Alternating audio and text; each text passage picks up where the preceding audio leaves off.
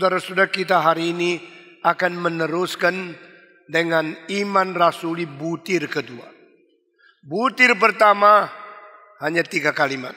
Semua mengulangi. Aku percaya kepada Allah, Bapa yang Maha Kuasa, Khalik langit dan bumi. 3 kalimat saja. Butir kedua belasan kalimat. Butir kedua, mengapa perlu panjang? Karena dia yang mewujudkan kehendak Allah Bapa turun dari surga ke dunia, menjadi satu-satunya pengantara di tengah-tengah Allah yang tidak kelihatan dan manusia yang kelihatan. Dan apa yang dilakukan, yang dikerjakan begitu banyak, sehingga waktu kita simpulkan karya Kristus, kita memerlukan banyak kalimat. Saudara-saudara, sesudah itu disambung dengan butir yang ketiga yang besar, yaitu aku percaya kepada Rohul Kudus. Nah, sebenarnya di dalam aslinya cuma 3 kali pakai istilah credo, credo, credo. Credo berarti aku percaya. Aku percaya kepada siapa? Siapa yang harus menjadi objek iman kita? Kecuali Allah Tritunggal, tidak ada lagi boleh kita percaya. Kecuali Allah dan karyanya, tidak ada lagi yang perlu kita terima sebagai satu harta daripada kerohanian kita masing-masing. I believe in God the Father. I believe in God the Son. And I believe in God the Holy Spirit. Selain Allah Bapa, Allah Anak, Allah Roh Kudus, tidak ada Allah lain. Dan ketiga pribadi ini bukan 3 Allah, melainkan satu Allah. Satu Allah ini bukan satu pribadi, melainkan 3 pribadi. 3 pribadi di dalam sesuatu esensi ilahi. Inilah kepercayaan yang sasarannya, yang objeknya itu benar. Hanya melalui Allah sendiri mengwahyukan diri, baru ada kesadaran pengertian siapapun di dalam sejarah tentang dia. Dan Allah itu rela menyatakan diri. Dan dia rela memberi perkenalan diri kepada manusia yang dia pilih. Supaya mereka boleh mengenal diri di dalam jalur yang benar, di dalam konsep yang akurat, di dalam pengertian yang lengkap.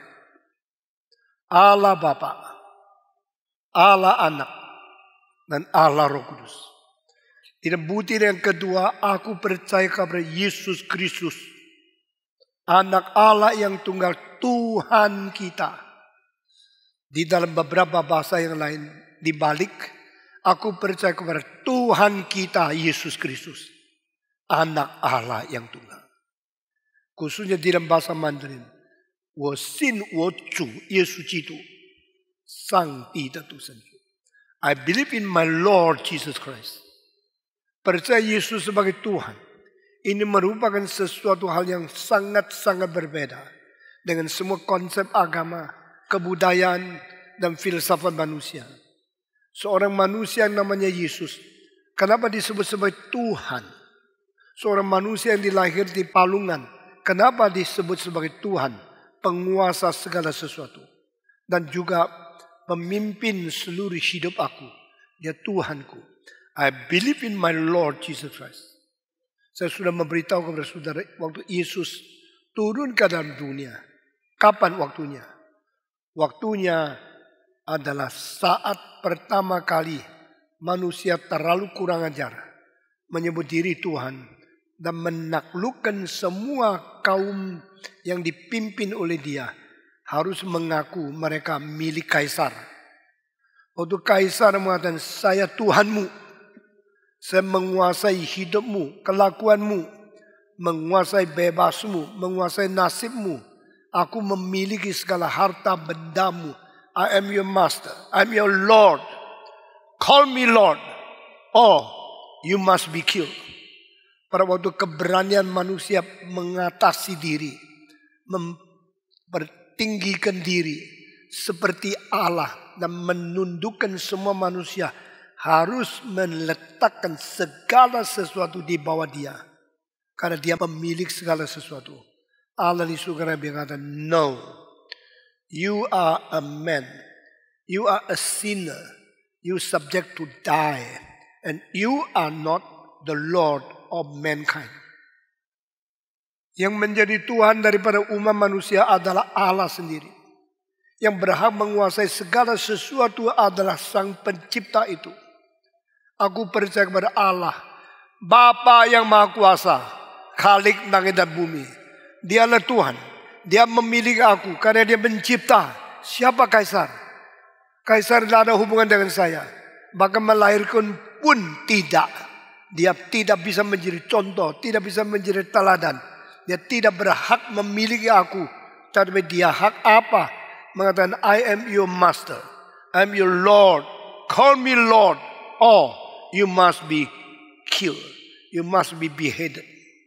Saat Kaisar memanggil diri Tuhan dan memaksa orang menyebut dia sebagai Tuhan, Tuhan Allah dari surga mengatakan, no, this is the time my son should be given and should be sent to the world to be your Lord. That Lord is false. Itulah Tuhan yang palsu. Yesus Kristus Tuhan yang asli. Nah saudara-saudara, di dalam sepanjang sejarah teologi berapa ratus tahun ini, ada satu konsep yang selalu ditekan. Waktu Tuhan sudah lihat saatnya sudah penuh, maka Yesus turun. Nah saudara-saudara, tafsiran Stephen Tong begitu beda dengan semua teolog-teolog di seluruh sejarah dan di seluruh dunia. Waktu Kaisar menyebut diri Tuhan, Yesus turun. Di dalam Galatia pasal 4 dikatakan, pada waktu kairosnya sudah tiba. Saat daripada momen tertentu yang paling penting di dalam sejarah sudah capai, genap matang waktunya, Yesus turun. Dan itu bagaimana mentafsir ayat itu? Semua teolog mentafsirkan waktu bahasa Greka sudah matang, pada waktu Romawi sudah menjajah begitu banyak tempat, pada waktu lalu lintas sudah begitu cocok dan begitu seragam di seluruh Eropa, maka waktu itu cocok untuk Yesus lahir. Bagi saya memang itu benar. Tapi tidak lebih penting daripada saat manusia berani menyebut diri sebagai Tuhan, Yesus turun menjadi Tuhan asli, membuktikan yang itu palsu. Itu namanya waktu sudah matang, Yesus lahir ke dunia. Saudara-saudara, di dalam khusus 3 tahun terakhir ini, saya terus menyelidiki hubungan sejarah dan intervensi Tuhan. The intervention of God concerning the process of the history.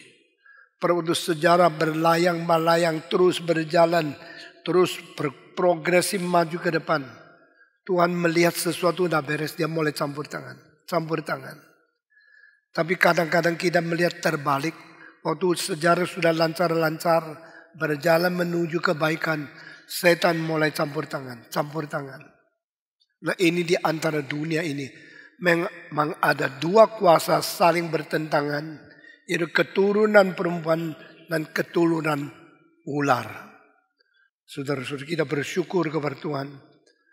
Kalau Tuhan mau kita mendengar firman dan memberitakan kebenaran. Tetapi kalau engkau ke gereja bukan mau cari kebenaran, cuma mau cari senang, cari uang, cari kaya, cari makmur, cari lancar, cari keuntungan profit yang lain, maka Tuhan akan membuntukan telingamu sehingga engkau tidak bisa mendengar kebenaran. Jika engkau datang ke gereja kelihatan beragama, ibadah, tapi hatimu bukan untuk kebenaran, Tuhan akan membiarkan telingamu dibuntukan dan sampai mati engkau tidak pernah mengerti kebenaran dan engkau menuju ke neraka. Saudara-saudara, sangat menakutkan jika orang yang sudah beragama tapi tidak ada kebenaran. Itu the truthless religion. Sama seperti Christless Christianity. Ada Kristennya, tidak ada Kristus. Ada agamanya, tidak kebenaran. Ada ibadahnya, tapi tidak ditujukan kepada Allah. Ada syariat-syariat keagamaan yang kelihatan begitu ibadah, tapi semua tidak diterima oleh Tuhan. Itu sangat menakutkan. Biar kita bukan menjadi orang Kristen semacam ini. Biar gereja ini tidak menjadi gereja semacam ini. Biar yang kita tuntut betul-betul jujur, sungguh-sungguh, ikhlas adalah yang zatnya dari Tuhan. Sehingga waktu kita mendengar kalimat-kalimat kebenaran, hati kita betul-betul menghargai kebenaran. Waktu kita membuka firman, hati kita sungguh-sungguh masuk ke dalam firman. Tetapi ini hanya bisa dilakukan oleh Roh Kudus. Karena Yesus berkata Roh Kudus datang akan memimpin engkau masuk ke dalam segala kebenaran. Bagi saya kalimat itu bersifat progresif. Berarti selain kebenaran yang engkau pernah tahu di dalam sejarah, masih ada kebenaran akan datang pada waktu hari kiamat. Nah, segala kebenaran termasuk sebagian yang sesudah dan sebelumnya. Termasuk yang di dalam sejarah dan di dalam future time. Keseluruhnya digabung baru namanya kebenaran seluruhnya. Ada orang mentafsirkan ayat itu, Roh Kudus akan membawa engkau masuk ke dalam segala kebenaran supaya engkau mengerti segala kitab suci. Ini benar sekali. Tapi saya lebih suka menyatakan segala kebenaran termasuk yang sudah lewat, perjanjian lama, dan sekarang perjanjian baru, dan akan datang hari kiamat. Kalau orang mempunyai pengertian seluruhnya ini, dia berbijaksana besar sekali. Kita bersyukur kepada Tuhan. Saudara-saudara, aku percaya kepada Tuhanku Yesus Kristus. Mulai dari Tuhan kenapa turun? Karena ada Tuhan lain yang palsu, yang harus didongkel. Pada waktu engkau melihat Tuhan yang asli sudah datang, engkau pasti benci yang tidak benar. Pasti benci yang palsu. Seperti kalau engkau sudah mempunyai uang asli, lalu engkau bandingkan baru tahu uang yang kau milik semua palsu. Engkau tidak akan memakai, engkau akan membuang dia, merobek dia karena yang asli sudah datang. Demikian semua yang sungguh-sungguh sudah datang akan menyatakan kejelekan dan kepalsuan yang salah. Sehingga kita memegang yang benar dan kita menjalankan apa yang Tuhan hendaki. Aku percaya kepada Tuhan Yesus Kristus. Mengapa disebut Yesus dan Kristus? Karena Yesus ada nama yang diberikan kepada seorang bayi yang dilahirkan berdasarkan anugerah Tuhan kepada umat manusia. Call him Jesus. Because he will deliver his own people out from sin. Malaikat berkata kepada Yusuf, ambillah istrimu Maria, dan engkau akan mendapatkan seorang anak. Sebutkan dia, namanya adalah Yesus. Karena dia akan menyelamatkan umatnya keluar daripada kuasa dosa. Now that is the purpose of Christ's coming. That is the reason incarnation become possible in the world history. Yesus Kristus lahir inkarnasi menjadi manusia. Yesus Kristus bersalut dengan tubuh yang berdaging dan berdarah. Yesus masuk ke dunia materi, dunia ciptaan. Karena apa? Dia mau menyelamatkan umatnya keluar daripada lumpur dosa. Dan ini ada tugas keselamatan. Tugas daripada seorang juru selamat. Call him Jesus. Istilah Jesus berarti Yosua. Sama dengan nama Yosua di dalam perjanjian lama. Dan nama Yosua berarti yang menyelamatkan. Juru selamat. He is a savior. He will save and deliver his people out from the sin and become the children of God. Saudara-saudara, namakan dia Yesus. Aku percaya kepada Tuhanku Yesus Kristus. Nama Yesus nama manusia yang lahir. Nama Kristus nama rohani yang diurapi. Di dalam Alkitab mengatakan kepada kita, urapan itu hanya diberikan kepada orang kaum pilihan. Jadi yang orang biasa yang tidak pilih Tuhan tidak perlu diurapi. Dan di dalam kekristenan yang diurapi disebut pendeta penginjil, yang tidak diurapi disebut anggota biasa. Tapi saudara-saudara, mengapa mengurapi orang. Di dalam perjanjian lama 2 jabatan yang harus diurapi. Tanpa urapan tidak boleh berjabat. Dan jabatan 2 ini yang satu adalah raja. Yang kedua adalah imam. Imam perlu ditabiskan. Raja perlu ditabiskan. Only king and prophet must be anointed. Ditabiskan dengan mentuangkan minyak ke atas kepalanya. Dan di dalam upacara penuangan minyak itu disebut pelantikan. Sehingga tidak boleh ada satu orang menjadi raja kecuali dilantik menjadi raja. Tidak boleh ada satu orang menjadi imam kecuali diteguhkan sebagai imam melalui pelantikan. Nah, ini namanya anointment. Anointment diberikan kepada orang yang dipilih, bukan orang yang mau sendiri. Tidak ada boleh orang mengatakan saya ingin menjadi raja, lalu dia dengan kekuatan sendiri mengklaim dia adalah raja orang lain. Ini tidak diperkenan oleh Tuhan. Tidak boleh pula ada orang mengatakan saya menjadi imam, melayani rakyat, dan saya melayani Bani Israel karena saya ingin melayani dan saya disebut imam, kecuali dipilih dan dilantik. Lalu siapakah yang berhak dilantik, dipilih oleh Tuhan? Yang disebut pilih berarti haknya ada pada pemilih, bukan ada pada yang dipilih. Saudara-saudara, dalam Alkitab mengatakan Tuhan mentegakkan raja, Tuhan memanggil imam, dan Tuhan melantik mereka menjadi pelayan Tuhan di atas bumi ini. Dengan demikian kehendak Tuhan yang lebih penting daripada ambisi manusia. Kehendak Tuhan lebih tinggi daripada kemauan pribadi di dunia ini. Let thy will be done, let thy kingdom come.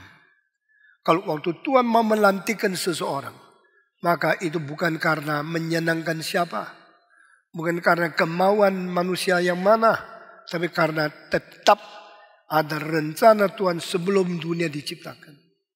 Dan Alkitab mengatakan raja dan imam dilantik. Tidak pernah ada satu raja tanpa lantik bisa jadi raja sendiri.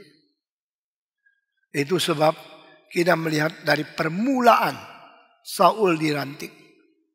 Sesudah itu Daud dilantik. Semua raja dilantik. Tetapi saudara-saudara, pelantikan ini akan disempitkan sehingga syaratnya makin ketat. Mengapa orang Israel mempunyai raja? Karena ada satu suku yang ditakdirkan dengan profesi daripada Alkitab melalui kuasa Roh Kudus. Suku ini akan menghasilkan raja. Suku yang mana? Suku Yehuda. Suku Yehuda itu suku mana? Itu anak keempat daripada Yakub. Yakub mempunyai 12 anak laki-laki. Hanya yang keempat yang namanya Yehuda itu yang ditetapkan oleh Tuhan boleh mempunyai raja. Apakah Yehuda terlalu sayang oleh Yakub? Tidak. Yakub paling sayang cuma satu orang, namanya Yusuf. Pada waktu masih muda diberikan pakaian berwarna-warni, akhirnya timbullah iri hati. Semua saudara benci sama dia, dan di dalam tidak diketahui oleh ayahnya, dijual lalu menjadi budak di tanah Mesir. Ini adalah kehendak manusia karena sudah terlalu iri sama orang disayang. Yakub tidak bisa apa-apa. Yakub akhirnya membiarkan di luar pengetahuan dia anaknya yang namanya Yusuf dijual lalu menjadi budak, lalu masuk penjara, digoda untuk berzina. Dia menolak, malah menemukan kebencian orang itu dan dia dimasukkan penjara. Tetapi saudara-saudara, Tuhan mengetahui segala sesuatu ini. Yang dipenjarakan kalau tidak seharusnya dipenjara. Berarti penjara menjadi tempat Tuhan menambah modal politik untuk dia. Besok selesai keluar dari penjara menjadi Perdana Menteri Mesir. Modal seseorang paling besar adalah hidup. Kerugian paling besar adalah mati. mati hidup untuk siapa, ini menjadi penentu nilai orang terhadap orang itu. Kalau seorang rela mati untuk kebenaran, kematian dia bukan rugi. Kematian itu menjadi suatu modal. Modal paling besar adalah hidup yang rela mati untuk kebenaran. Yesus Kristus berkata, yang memelihara hidup akan kehilangan hidup. Yang menyerahkan hidup akan memperoleh hidup. Itu jelas sekali.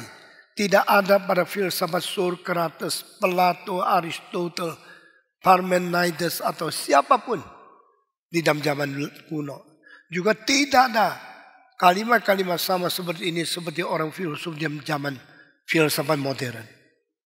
Harta kita paling besar adalah hidup. Dan kalau hidup harus mati. Mati untuk siapa? Untuk kebenaran dipelihara. Untuk penyelewengan dibuang. Untuk engkau betul-betul merindukan bagaimana jalankan kehendak Tuhan. Bagaimana memfaedahkan, memberkati bangsa. Dan engkau mati untuk kebenaran seperti itu. Hidupmu ditabung. Nilainya yang tinggi. Nilai kedua adalah kebebasanmu dan kebahagiaanmu kalau dirampas. Engkau menjadi orang yang tidak mempunyai kebebasan di penjara dan sebagainya. Tetapi itu pun nilai yang besar sekali. Melalui orang di penjara, hari depan tidak bisa dibatas. Mandela di penjara puluhan tahun. Waktu dia keluar jadi presiden. Karena apa? Karena dia telah mengumpulkan modal melalui teori yang kedua. Bukan dimatikan, tapi disimpan jasanya dengan ketabahan dan dengan kesabaran menanti dilepas. Jikalau Mandela tidak pernah masuk penjara, tidak ada presiden hitam pertama yang berada di Afrika Selatan. Jikalau Soekarno tidak pernah masuk penjara, tidak ada presiden Indonesia pertama yang pernah menderita untuk rakyatnya. Semua ini mengatakan ada modal dari paling besar mati hidup. Lalu sesuai itu siksa atau tidak. Lalu sesuai itu engkau disalah ngerti atau tidak. Difitnah atau tidak. Sampai terakhirnya engkau dipenjarakan sementara. Itu pun modal. Untuk menjadi manusia yang bernilai. Menjadi manusia yang mempunyai sesuatu penilaian berbeda daripada manusia. Tidak bersyukur kepada Tuhan. Saudara-saudara, aku percaya kepada Tuhanku Yesus Kristus. Pada waktu disebut Yesus berarti dia adalah manusia yang dilahirkan ke dalam dunia melalui pekerjaan Roh Kudus. Sehingga Allah jelma menjadi manusia. Kenapa Yesus harus menjadi manusia? Supaya di antara Tuhan yang tidak kelihatan dan manusia yang kelihatan terdapat sesuatu pengantara. Saudara-saudara sekalian, banyak orang cuma lihat keuntungan.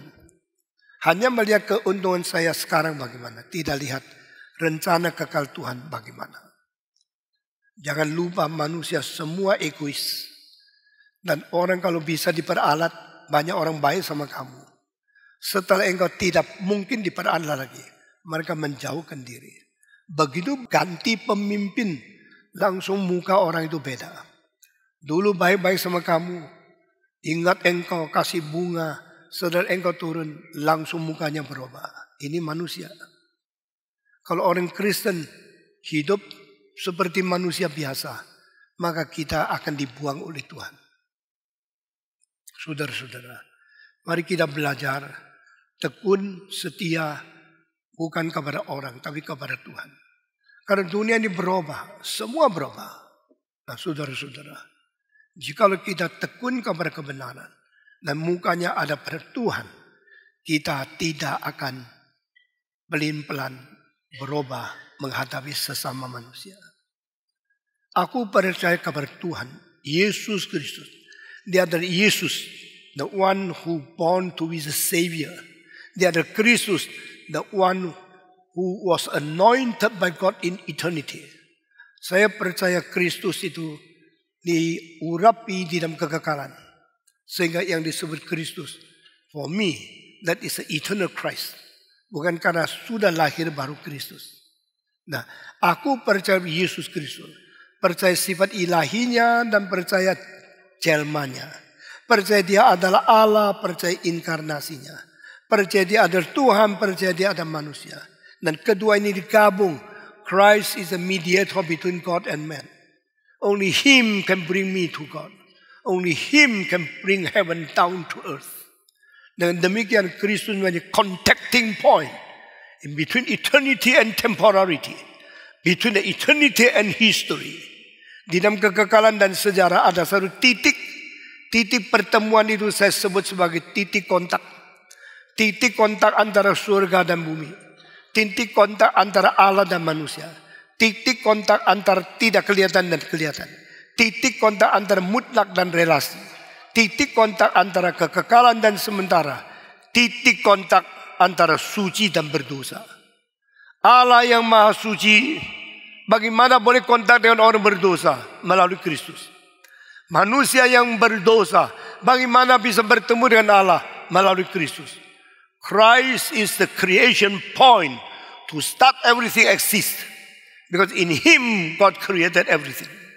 Through Him God created everything. For Him God created everything. Kristus menjadi titik permulaan segala sesuatu yang dicipta. Melalui Dia segala sesuatu diciptakan. Dan karena Dia segala sesuatu diciptakan. Untuk Dia segala sesuatu diciptakan. Kristus bukan saja the starting point, the alpha point of everything. Kristus juga adalah redemptive point of everything. Contacting point of everything. Aku percaya kepada Tuhanku Yesus Kristus. Lalu sesudah itu dikatakan anak Allah yang tunggal. Saya sudah selesaikan khotbah mengenai butir kedua, kalimat yang ketiga. Aku percaya kepada anak Allah yang tunggal. Mengapa dia anak Allah yang tunggal? Dari anak, dari satu-satunya yang dilahirkan. Tiga istilah ini. Only begotten son. Saya mulai daripada son. Yesus Kristus ada anak Allah. Ini tidak bisa dimengerti oleh Yahudi. Tidak bisa disetujui orang-orang yang pakai rasio. Mau mengingin mengerti segala sesuatu rahasia Allah. Itu tidak mungkin. Tetapi ini adalah hal yang paling penting. Sehingga masuk ke dalam kredo. Aku percaya kepada Yesus Kristus Tuhanku. Dia adalah anak Allah yang tunggal. Mengapa disebut anak? Arti sesungguhnya hanya satu. Mempunyai hidup sama dengan Bapa. Saudara-saudara. Tidak ada kucing melahirkan tikus. Tidak ada singa melahirkan anjing. Tidak ada manusia melahirkan monyet. Dari pertama-tama Fatsal 1 Kejadian. 10 kali mengatakan after its kind. After its kind. Seturut dengan jenisnya. Dari ayat itu kita tidak boleh percaya evolusi. Karena evolusi dari iblis yang menipu kita. Jenis bisa berubah menjadi jenis yang lain. Kalau jenis bisa berubah. Maka setelah tengah-tengah berubah mati. Pasti ratusan generasi yang bukan anjing, bukan kucing, sisa fosilnya di dalam alam semesta, di bawah tanah. Tapi engkau menemukan tulang kucing, iya. Tulang anjing, iya. Tulang tengah-tengah tidak ada. Tidak pernah ada. Karena apa? Tidak pernah ada jenis menjadi jenis yang lain. Menurut kitab suci fase pertama, after its kind. Dan dari sini kita membayangkan kenapa menyebut anak. Anak dilahirkan oleh ibu bapa. Kalau ibu bapa mempunyai jenis hidup apa, anaknya pasti sama. Ini arti anak. Anak itu menerima hereditas, menerima kromosom, mempunyai DNA sesuai dengan ibu bapanya. Dan di situ keturunan tidak berubah terus menerus sampai sekarang. Sejarah tidak pernah membuktikan ada satu macam berubah menjadi macam lain dan tinggalkan proses daripada satu generasi ke 1000 generasi, 990 generasi di tengah perubahan, tulangnya pasti lebih banyak daripada semacam yang pertama atau semacam yang terakhir. Tapi ini tidak mungkin. Itu sebab saudara-saudara, kita tidak lihat ada perubahan jenis. The Origin of Species, buku yang ditulis oleh Darwin tidak pernah memberitahu kepada kita sumber hidup dari mana. Kecuali paragraf terakhir di dalam halaman 300 lebih. Di dalam paragraf terakhir dia mengaku satu kalimat. The first life must come from the breathing of God himself. Waktu saya umur 17 saya baca buku itu. Saya coba rasa ini buku mesti dibuang. Karena dia akhirnya baru jujur mengatakan. Hidup dari Allah. Bukan dari monyet. Bukan dari evolusi. Dia harus jujur. Karena dia tidak ada jawaban. Sebenarnya Hegel dalam membicarakan tentang dialectical development of paradox. Lalu Holbach membicarakan mechanical materialism. Lalu Darwin membicarakan tentang perubahan dari spesies ke spesies. Sampai Karl Marx menggabungkan semua untuk menunjang teori komunismenya. Tapi akhirnya pada waktu Karl Marx tulis surat kepada Darwin, I thank you so much for supporting my theory with your evolutionism. Dijawab oleh Darwin, saya hanya memberikan hipotese yang belum ada jawaban. Saya tidak menunjang kamu. Karl Marx mengatakan untuk terima kasih karena teorimu sangat menunjang saya. Saya mengirim Das Kapital. Saya punya teori komunisme menjadi sesuatu hadiah untuk kamu. Sayangnya Darwin mengatakan, I'm sorry, I do not receive your gift. Ditolak, dia tidak mau terima. Waktu saya umur 16 sudah saya pelajari semua ini. Saudara-saudara, After Its Kind, ini pernah ditulis satu orang menjadi satu buku. Saya baca waktu umur 17. After Its Kind, dalam menjadi satu kepastian bahwa Allah mau hidup mempunyai jenis melalui keturunan. Dan yang diturunkan harus sejenis dengan hidup yang menurunkan. Sehingga di sini, kenapa kitab suci Kejadian pasal pertama 10 kali menulis after its kind, after its kind, after its kind, after its kind, after its kind, after its kind, after its kind, after its kind, after its kind, after its kind. 10 kali Tuhan tegaskan jenis yang sama melahirkan anak untuk keturunannya. Pada waktu Alkitab mengatakan Yesus anak Allah, ini berarti Yesus mempunyai hidup Allah. Inilah titiknya. Inilah pentingnya. Fokusnya. Kita melihat segala sesuatu. Jangan lihat gejala pinggir. Lihat fokus pusat. Lihat titik yang paling penting. Jesus is the Son of God. Artinya adalah Yesus mempunyai hidup Allah. Karena Allah Bapa adalah Allah sebagai Bapa. Allah anak adalah anak yang juga adalah Allah. Karena Allah melahirkan Allah. Yesus dilahirkan oleh Allah Bapa. Yesus adalah anak Allah. Maka Yesus adalah Allah. Dengan demikian engkau tidak heran. Kalau engkau mengatakan Yesus Allah kah? Iya. Yesus anak Allah kah? Iya. Bagaimana? Coba sekali lagi. Yesus anak Allah. Benar. Yesus kalau anak Allah, pasti dia bukan Allah dong. Tetapi kita berarti Yesus adalah Allah. Bagaimana anak Allah sekaligus juga adalah Allah? Justru anak Allah maka dia Allah. Hal yang sangat gampang bisa dirumikan oleh kekacauan logika kita. Hal yang sangat begitu jelas kebenaran bisa menjadi sama sekali kacau karena logika kita tidak takluk kepada kebenaran. Saudara-saudara, kalau saya tanya sekali lagi, Yesus Allah? Iya. Yesus anak Allah? Iya. Kamu gila. Kalau dia anak pasti bukan dia. Kalau dia pasti bukan anak. Kalau dia adalah Allah, bagaimana bisa anak Allah? Saya tidak mau terima. Ini orang Yahudi. Ini orang rasional. Ini orang eksperimental. Orang-orang yang sensasional, yang kuat. Dan logikanya mau berdebat, menolak Yesus bagaimana Allah sekaligus anak Allah. Sekarang saya tanya, tapi kalau saya tanya kembali, engkau manusia? Iya. Engkau anak manusia? Iya. Kenapa kau terima? Loh, kok gampang ya? Tadi sulit kan? Yesus Allah kok bisa anak Allah? Gampang. Kamu manusia kok bisa anak manusia? Iya ya. Saudara manusia bukan? Yang bukan jangan jawab. Saudara manusia bukan? Saudara anak manusia bukan? Bagaimana bisa manusia sekali anak manusia? Justru manusia pasti anak manusia. After its kind. Maka Yesus Allah, Yesus anak Allah itu harus. Jesus is God and Jesus is Son of God. Only the Son of God can be called God. Only God given birth to the God. Jadi Allah melahirkan Allah. Ini lumrah. Ini logis. Ini mutlak benar. Tapi engkau bilang, kurang sedikit saya ketipu pasti bentong. Manusia itu manusia. Dan dia adalah anak manusia. Saya ngerti. Tetapi Allah itu Allah.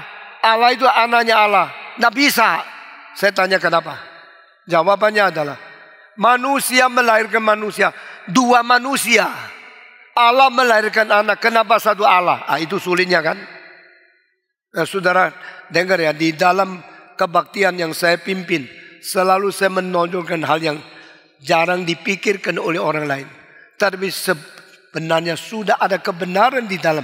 Tapi kita tidak mau sadar. Setelah engkau dengar khotbah saya. Paling pintar. Kutip-kutip khotbah saya. Seperti engkau mengerti persis seperti saya. Lain. Semua yang saya khotbahkan saya pikir sendiri. Dari nol sampai ngerti.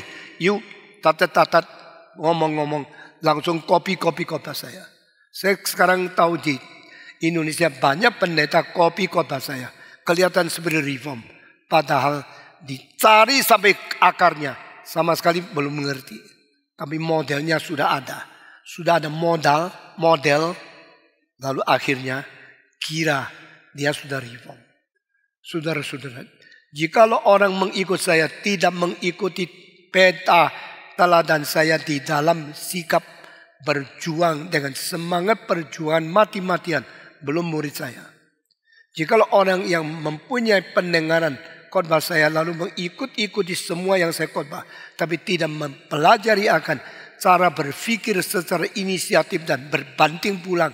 Untuk menemukan sumber kebenaran. Belum murid saya. Saudara-saudara sekalian. Yesus anak Allah. Iya. Yesus Allah. Iya. Kenapa? Karena hanya Allah melahirkan Allah.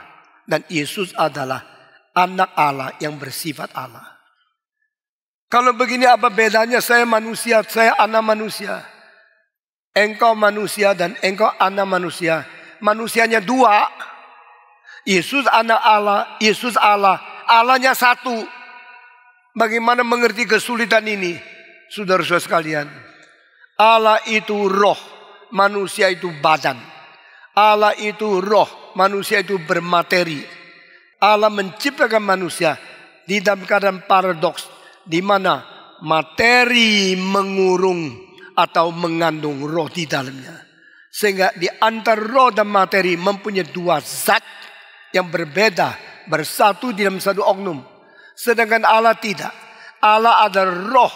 Allah tidak ada sesuatu yang bersifat lain untuk mengurung rohnya. Atau berada di dalam rohnya. Itu sebab Allah melahirkan Allah. Tetap bisa satu Allah. Manusia melahirkan manusia. Harus dua manusia. Lalu engkau bilang ini tidak masuk akal. Apa artinya masuk akal? Sesuai dengan pikiranmu. Itu namanya akal. Itu namanya kebenaran dipaksa masuk ke dalam logikamu. Tetapi sebenarnya logikamu harus sesuai kebenaran. Di sini terbalik sekali. Karena Allah itu adalah melampaui logika. Jangan kita pakai logika yang dicipta oleh Tuhan untuk mengikat Tuhan yang mencipta. Jangan pakai kita punya dalil sebagai orang bermateri untuk mengkurung Allah yang roh supaya dikurung di dalam materi. Itu semua metode salah. Engkau bilang saya punya alat paling canggih. Saya bilang percuma. Alatmu pakai di tempat yang salah. Engkau tidak akan berfungsi apapun. Pakai teleskop untuk melihat bakteri. Tidak ketemu apapun. Pakai mikroskop untuk melihat planet juga tidak ketemu apapun. Meskipun teleskopmu perbuatan yang paling baik dari Jerman, mikroskopmu adalah teknologi paling canggih, engkau tetap tidak menemukan. How can you find out the stars in heaven by using microscope for the bacteria? How can you understand the bacteria with a telescope for thousands of miles away? Saudara-saudara, salah. Itu sebab pakai logika manusia mengerti Tuhan Allah. Itu percuma, itu omong kosong. Nah sekarang kita kembali kepada Allah itu melahirkan Yesus Kristus. Yesus anak Allah. Kalimat ini bukan untuk membedakan satu duanya Tuhan Allah. Ini adalah membuktikan dia mempunyai sifat hidup ilahi. Dan sifat hidup Allah bagaimana akan diberikan kepada anaknya bersifat hidup yang sama. Kalau sama kenapa perlu diberikan? Nah ini satu hal yang muncul lagi. Di dalam Yohanes pasal 5. Sebagaimana Allah Bapa mempunyai hidup pada dirinya sendiri, maka dikaruniakan kepada anaknya juga mempunyai hidupnya pada diri sendiri. Just like Father has life in He Himself, He has already given His Son. The same thing has the eternal life in He Himself. Nah dalam kalimat ini banyak orang tidak mengerti kenapa mesti diberikan. Kalau mempunyai hidup pada diri sendiri, tidak perlu diberikan karena ada pada sendiri. Tapi di sini ada satu hal yang kita selalu lupa. Yesus sebagai anak pernah ada satu langkah lagi. Di dalam menjadi anak tidak cukup. Dia lahir ke dunia menjadi anak manusia sekaligus. Dan di situ diberikan kepada dia mempunyai hidup pada diri sendiri. Adalah ditujukan kepada Yesus Kristus yang jelma menjadi manusia. Jadi di dalam kekekalan Yesus memberi hidup pada sendiri seperti Allah. Tidak usah diberi. Tapi pada waktu dia menjadi manusia, jelma di dalam tubuh yang bersifat materi, yang berada menjadi batasan bagi kerohaniannya sebagai anak Allah yang kekal. Disitulah anak manusia namanya Yesus diberikan mempunyai hidup pada diri sendiri. Seperti Allah mempunyai hidup pada diri sendiri. Berapa minggu ini bagian-bagian tertentu sangat sulit dicerna dengan cepat. Mungkin engkau perlu lebih pelan. Tapi saya tidak mau buang waktu. Engkau boleh dengar lagi kaset 1 kali, 5 kali, 7 kali. Sampai engkau ngerti. Saya tidak main-main kata. Saya tidak main-main logika. Saya mentaklukkan kata dan keterbatasannya. Mentaklukkan logika dan keterbatasan yang dicipta oleh Tuhan. Di bawah Allah Sang Pencipta. Saudara-saudara, Yesus anak Allah. Berarti Yesus menjadi hidup ilahi. Hidup pada diri sendiri. Hidup yang kekal. Tetapi dia bukan mempunyai sifat hidup kekal di dalam dunia melampaui materi dan ciptaan. Tapi dia pernah turun ke dunia. Sehingga yang turun ini adalah yang tadi di atas. Dia adalah anak Allah yang turun menjadi anak manusia. Maka sebagai anak manusia dia dikaruniakan memiliki hidup seperti itu. Maksudnya tidak ada orang lain seperti Yesus. He is the only one given. He is the only man who has the eternity in himself. Just like God himself has the eternity in himself. Saudara-saudara, kalimat anak sudah selesai. Kita masuk ke dalam istilah kedua. Yaitu dilahirkan. Kenapa anak kelahiran yang tunggal? The only begotten Son. Son, the same life with God. Begotten, ini istilah yang penting sekali. Yesus adalah anak tunggal yang dilahirkan. Kenapa perlu pakai dilahirkan? Ini untuk membedakan dengan diciptakan. In the universe, there's no other person. Tidak ada pribadi yang lain kecuali Yesus Kristus yang dilahirkan. Berarti tidak ada manusia yang dilahirkan oleh Allah kecuali mengikut Kristus mendapatkan kelahiran baru dari Roh Kudus. Tapi tadi aslinya tidak. Aslinya kita dicipta. Setelah kita menerima Yesus, Roh Kudus memberikan hidup baru kepada kita. Baru kita dilahirkan pula. born from above, born again, born second time. Ini semua istilah sama. Berarti kita selain dilahirkan oleh ibu bapa yang melangsungkan hubungan seks, sehingga kita menjadi buah daripada seksual intercourse mereka. Kita perlu mendapatkan sesuatu persatuan antara Roh Kudus yang memberikan hidup baru kepada kita, menjadi born again Christian. Dan khusus di Amerika terlalu banyak orang mengatakan I'm a born again Christian. Ditanya what do you mean by born again? Karena saya tidak merokok, saya sudah tidak lagi minum minuman keras, maka saya born again. Not so easy, not so simple. A lot of people never think very profoundly about the theology, but they think they already understand, and they casually give the interpretation, which is rubbish. Saudara-saudara, Yesus Kristus satu-satunya pribadi di antara seluruh alam semesta yang tidak perlu dicipta. Itu dia dilahirkan. Jadi anak kelahiran. Berarti orang ini yang jadi manusia tidak pernah dicipta oleh Allah. Jesus is not a result of God's creation. He didn't need to be created. Yesus tidak dicipta. Karena apa? Dia Allah. Karena dia adalah Allah sendiri. Dia setara dengan Allah. Dan dia tidak perlu melalui tindakan rencana kehendak Allah mencipta. The degree of creation is not needed. Sehingga dia adalah Allah. Dia adalah anak Allah. Karena bypass penciptaan. Dia dilahirkan. The only begotten son. Yesus anak kelahiran Allah. Yesus tidak dicipta. Nah, kali istilah kedua sudah selesai. Saya lompat ke istilah ketiga. Only begotten son. Anak kelahiran yang tunggal. Kenapa pakai tunggal? Karena kalau tidak pakai tunggal ini, saudara akan membayangkan Roh Kudus juga tidak dicipta. Memang Roh Kudus tidak dicipta. Tetapi Roh Kudus tidak dilahir.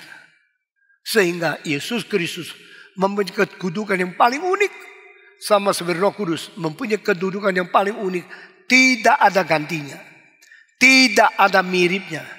Tidak ada samanya. Not even one person or anybody can be compared with Christ. Because he is incomparable. He is irreplaceable. He cannot be represented by anyone. Satu-satunya yang adalah anak. Satu-satunya adalah tidak dicipta. Dan satu-satunya yang tunggal, yaitu Yesus Kristus. Roh Kudus pun tidak berbagian. Engkau bilang Yesus dilahir, tidak dicipta. Roh Kudus juga dilahir. Karena Roh Kudus juga tidak dicipta. Roh Kudus tidak dicipta. Tapi Roh Kudus tidak dilahir. Roh Kudus mempunyai sesuatu ciri khas yang lain. Yaitu keluar dari. Proceeds from. Roh Kudus adalah pribadi ketiga. Yang sendirinya adalah Allah. Mempunyai zat esensi daripada ilahi sendiri. Dan tidak dicipta. Dan tidak dilahirkan. Lalu Roh Kudus apa? Keluar dari. Roh Kudus keluar daripada Bapa, maka disebut Roh Allah.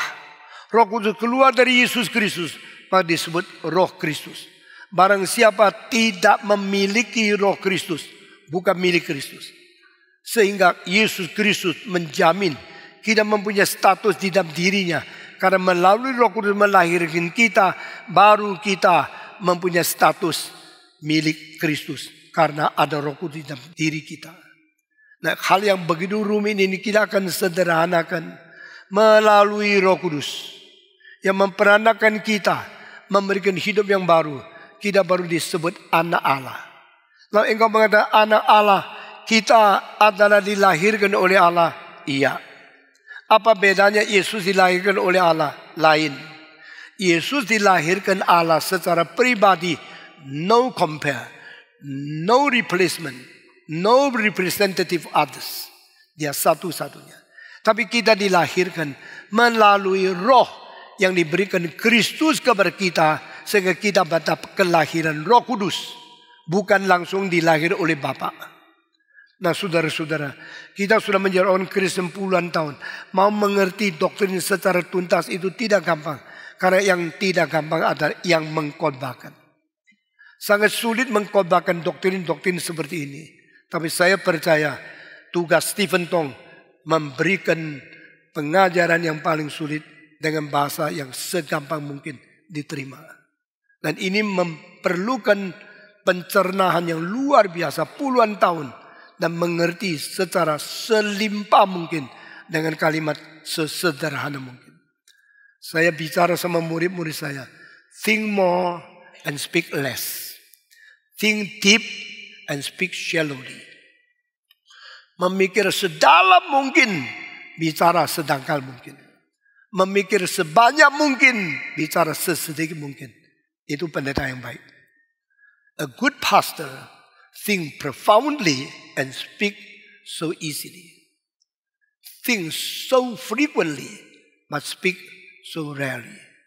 Sedikit bicara, tapi pemikiran dalam. Itu menjadikan engkau seorang pemikir yang bertanggung jawab, tuntas mengerti segala sudut, segala sulit, segala sesuatu. Lalu menjelaskan untuk paling gampang diterima. Banyak orang bicara sama saya, Patong, untuk menjadi reform dah gampang. Karena pikirannya dalam sekali. Dan kalau saya baca buku reform, saya capek sampai tidur dah ngerti. Dan mereka mengatakan, dengar Patong lebih gampang ngerti reform dari baca buku reform puluhan buku. Dengar satu kali khotbah Patong, oh begitu langsung ngerti. Nah ini tugas saya. Tugas saya mempergampang, mempermudah. Tapi bukan untuk engkau tidak usah pikir terus menjadi seorang tukang curi bahan Stephen Tong. Lalu khotbah sini sana. Saudara-saudara. Kalau engkau betul-betul mengerti dengan mendalam. Lalu menjelaskan dengan sungguh-sungguh supaya orang lain lebih gampang mengerti. Maka pelayanmu akan diberkati oleh Tuhan. Yesus anak kelahiran Allah yang tunggal. Anak hidupnya sama. Kelahiran berarti bukan dicipta. Tunggal berarti tidak ada bandingnya. Lalu Roh Kudus bagaimana? Roh Kudus anak bukan. Kelahiran bukan. Dicipta bukan. Dia adalah yang keluar dari Allah Bapa dan Anak. Proceeds from Father and Son. Tetapi kalimat ini pun perlukan 800 tahun untuk bergumul dan akhirnya tidak ada sinkronisasi. Gereja menjadi pecah. Sekarang saya sedikit mengatakan kepada saudara. Dari Yesus Kristus naik ke surga. Murid-murid mulai mengatakan aku percaya dia Allah. Tetapi kenapa dia manusia? Oh dia lahir menjadi manusia. Untuk menebus dosa manusia.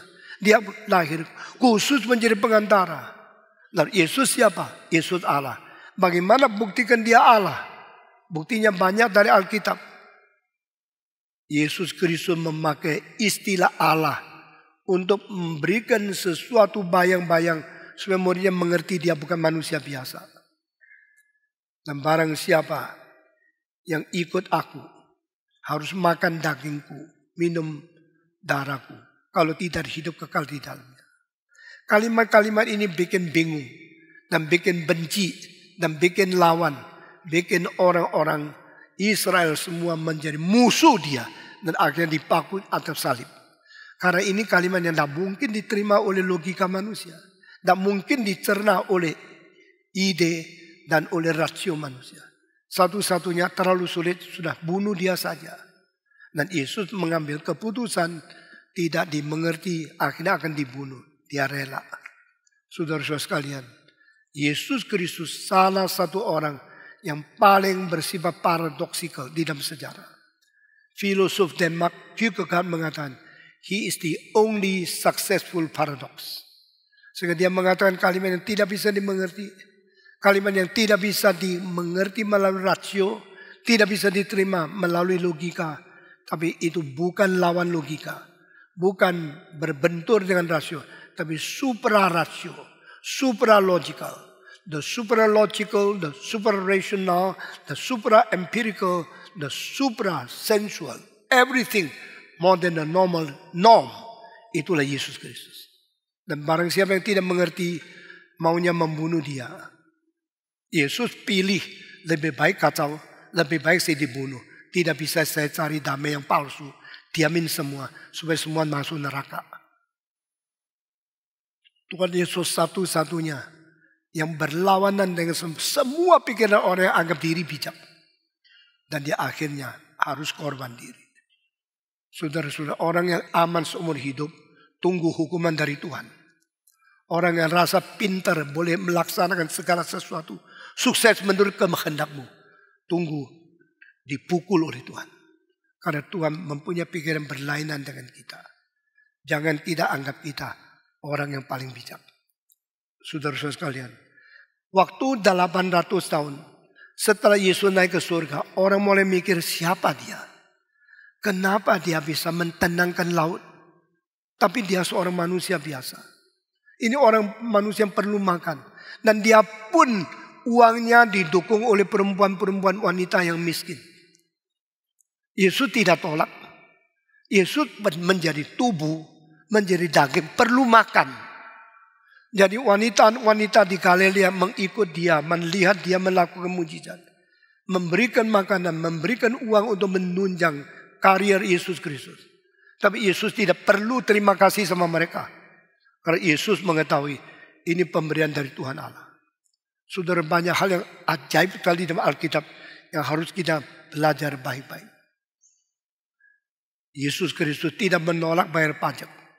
Tapi dia tidak uang bayar pajak. Dia panggil orang pergi nangkap ikan. Keluar ikan di dalamnya ada 1 koin. Segala yang dilakukan itu suprannormal. Lalu Yesus Kristus, dia akhirnya diakui sebagai Tuhan.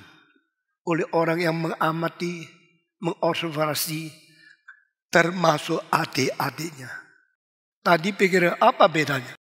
Sama-sama dilahirkan oleh Maria. Lu lebih besar, lu lebih hebat. Saya tidak percaya. Tetapi sampai Yesus bangkit dari kematian, adik-adiknya satu-satu percaya kepada dia. Dan akhirnya mereka sama seperti orang lain. Sampai mati, sampai menjadi martir pun setia kepada Yesus. Perubahan itu sama seperti seorang perampok yang maki-maki Yesus. Akhirnya berubah dan mengatakan, Yesus, waktu engkau mendapatkan kerajaanmu dan tiba kembali, ingatlah aku. Perubahan drastis itu hanya mungkin dikerjakan oleh Roh Kudus. Sehingga manusia boleh bertobat sungguh-sungguh dan menerima Yesus sebagai Tuhan. Aku percaya kepada Tuhanku Yesus Kristus, Anak Allah yang tunggal. Kapankah gereja benar-benar mengakui Yesus sebagai Tuhan? Melalui 400 tahun berdebat mengenai Allah Tritunggal dan berdebat mengenai Kristologi. Akhirnya menemukan Yesus adalah Tuhan. Lalu dicantumkan di dalam iman rasuli. Ini perlu sampai 750 tahun. Sampai sudah abad ke-8 baru lengkap menjadi satu iman rasul yang sempurna. Tetapi di dalamnya banyak kalimat dianggap kalimat orang gila. Percaya Allah jelma menjadi manusia. Percaya orang ini tidak ada dosanya. Percaya dia mati mengganti dosa kita. Percaya dia sudah mati bangkit lagi. Semua tidak masuk akal. Semua omong kosong. Orang-orang pintar, orang-orang bijak, orang-orang filosof, orang-orang menganggap diri logika kuat. Semua menghina kekristenan. Tapi Tuhan memakai penghinaan manusia menyatakan kehormatan Tuhan. Tuhan memakai kelemahan Allah menyatakan kuasa ilahi melampaui kuasa manusia.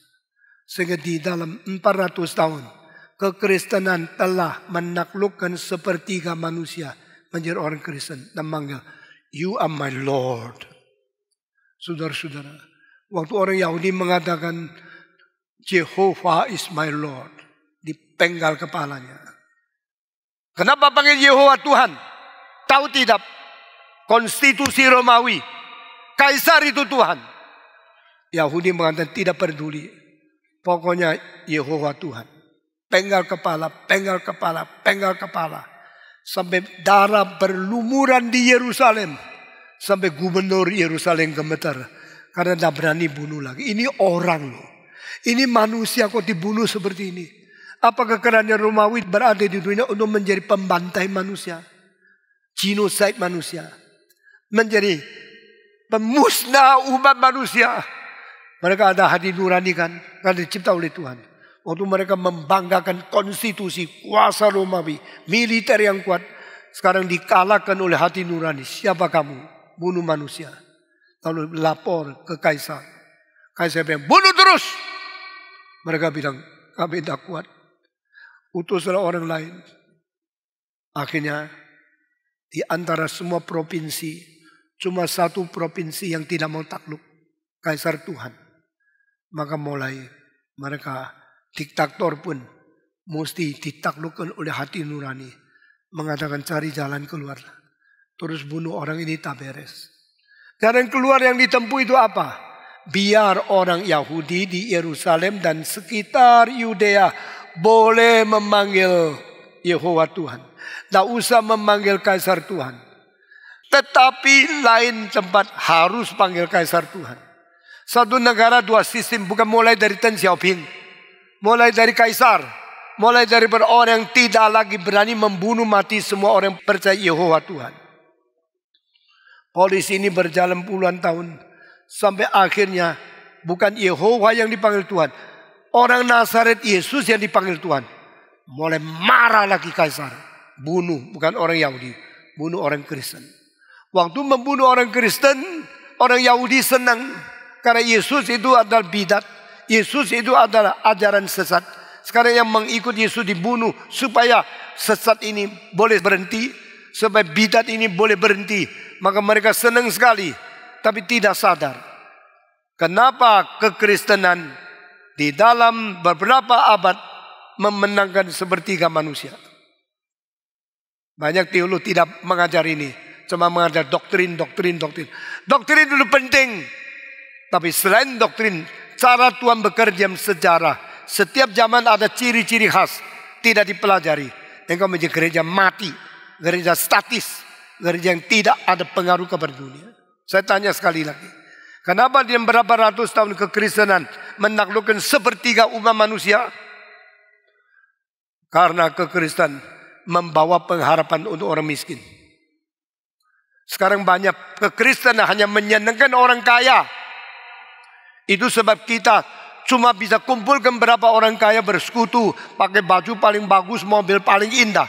Tetapi tidak ada kemuliaan Tuhan di bumi. Waktu itu Kristen datang, kekristenan memberitakan di dalam Yesus budak sama tuan orang kaya sama. Perempuan sama laki-laki sama. Dan yang menjadi kafir sama orang Yahudi sama. No different in the kingdom of God. Even though you are Gentiles or you are Jewish, you are Hellenistic or you are Hebrew, you are rich or you are poor, you are master or you are slaves, you are male or you are female, all the same. Wah, orang-orang miskin baru pertama kali mendengarkan ada pengharapan.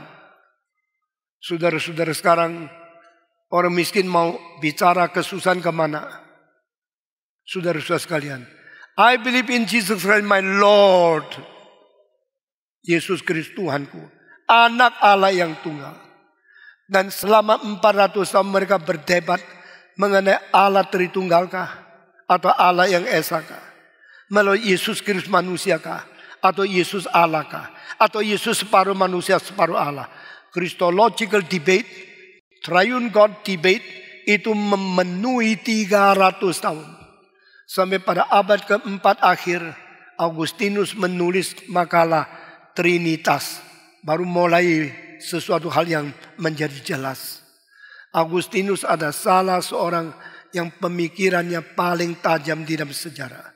Saya pernah menulis kira-kira 800 orang paling penting di dunia. Lalu yang di antara 800 yang paling penting di mana? Setiap kali reduce, Augustinus masuk. Sampai sisa 200, Augustinus tetap masuk. Saya kasih tahu kalau sisa cuma 25, saya percaya Augustinus tetap masuk. Banyak orang kelihatan penting, disaring akhirnya semua tidak ada pentingnya. Tapi ada orang-orang yang tidak mungkin tidak ada. Termasuk orang seperti Augustinus, seperti Calvin, seperti Luther, seperti Paulus. Ini semua adalah mujizat. Tuhan karuniakan otak-otak yang paling besar untuk menjadi berkat umat manusia. Dan mereka sendiri dirugikan luar biasa. Waktu Augustinus melihat kekristenan mau hancur, dia menulis buku paling penting untuk kekristenan, The City of God. Waktu dia menulis seluruh dunia menghancurkan kekristenan, dia mulai sadar kerajaan Allah bukan di bumi. Barang siapa yang terus mementingkan kekayaan, kekuasaan bumi, mungkin engkau jauh dari kerajaan Allah. Saudara-saudara, Augustine menulis City of God. Tetapi waktu dia menulis Trinitas, satu pikiran yang dia harus masukkan, itu menjadi sesuatu kesulitan 800 tahun kemudian. Yaitu, dari mana Roh Kudus? Roh Kudus keluar dari Bapa dan Anak. Nah, ini melanggar banyak orang. Dari Bapa iya, karena Bapa Allah. Anak masih ragu. Augustine mengatakan Trinitas, God the Father, God the Son, and Spirit come out from Father and Son. Lalu orang tidak perhatikan, ya ikut-ikut. Seperti engkau dengar khotbah, kalimat apa yang penting engkau tidak tahu. Pokoknya kalau taruh panjang pulang dulu, karena pakir sudah ada waktu. Karena saya masih ada undangan jam 12. Banyak orang tidak perhatikan kebenaran. Perhatikan sesuatu yang kecil-kecil yang tidak ada sanggup pautnya. Maka setelah Augustinus tulis 800 tahun, baru timbul satu perselisihan mengenai Roh Kudus dari mana. Hari ini saya harus membicarakan ini. Karena setelah ini, dari kesempatan banyak. Yesus dari Bapa, Roh Kudus dari Bapa. Yesus dilahirkan, Roh Kudus bukan dilahirkan. Kalau bukan dilahirkan, dari mana? Ini terus diam tidak didebatkan. Sampai abad ke-11, ternyata waktu didebatkan, langsung gereja pecah menjadi dua. Yang percaya dari Allah Bapa dan Allah Anak, yaitu orang yang mengikuti Augustinus, itu gereja Romawi, Vatikan, dan sekarang Katolik. Yang percaya tidak, langsung dari Allah, tidak ada bagian anak, itu gereja Ortodoks di Gerika, di Rusia, di Syria. Berapa cabang yang besar, Eastern Orthodox Church. Akhirnya pada tahun abad ke-11 pecah belah sama Katolik. Ini perpecahan pertama kali di dalam sejarah gereja. Setelah Kristus naik ke surga. The first schism, the first great departure between East and West Church itu terjadi pada abad ke-11. Sehingga Vatikan menetapkan percaya Roh Kudus dari Bapa dan Anak. Tetapi Eastern Orthodox percaya tidak ada itu. Roh Kudus itu tidak perlu dari anak. Dan di dalam teologi ini namanya filioque. Filioque berarti and the Son. Holy Spirit comes out from the Father and the Son. Nah ini yang menjadi ajaran yang diterima. Sampai Reformator, sampai Martin Luther, sampai Calvin. Masih kita percaya Roh Kudus dari Bapa dan Anak. Nah saudara, itu sebab Roh Kudus disebut Roh Allah. Roh Kudus disebut Roh kekal, Roh kebenaran, Roh Yehova. Roh Kudus juga disebut Roh Yesus. Roh Kudus disebut Roh Kristus. Roh Kudus disebut Roh Anak. Ini semua karena Augustinus mengambil kitab suci dengan menyeluruh. Dan akibatnya adalah Bapa dan Anak menjadi sumber Roh Kudus. Saudara-saudara. Dan sesudah ini perpecahan itu tidak pernah kembali. Sampai sekarang tidak ada rekonsiliasi, tidak ada integrasi, tidak ada satu pertemuan yang mempersatukan dua ini lagi. Nah saudara-saudara, kalau ada seminar yang penting ikutlah. Kalau ada kuliah yang penting dari stres ikutlah. Jangan menjadi orang Kristen ikut-ikut, cobanya hanya hari Minggu. Pokoknya dengar Stephen Tong sudah cukup. Lalu tidak karu-karuan imanmu sampai Yesus datang. Engkau menjadi orang Kristen apa?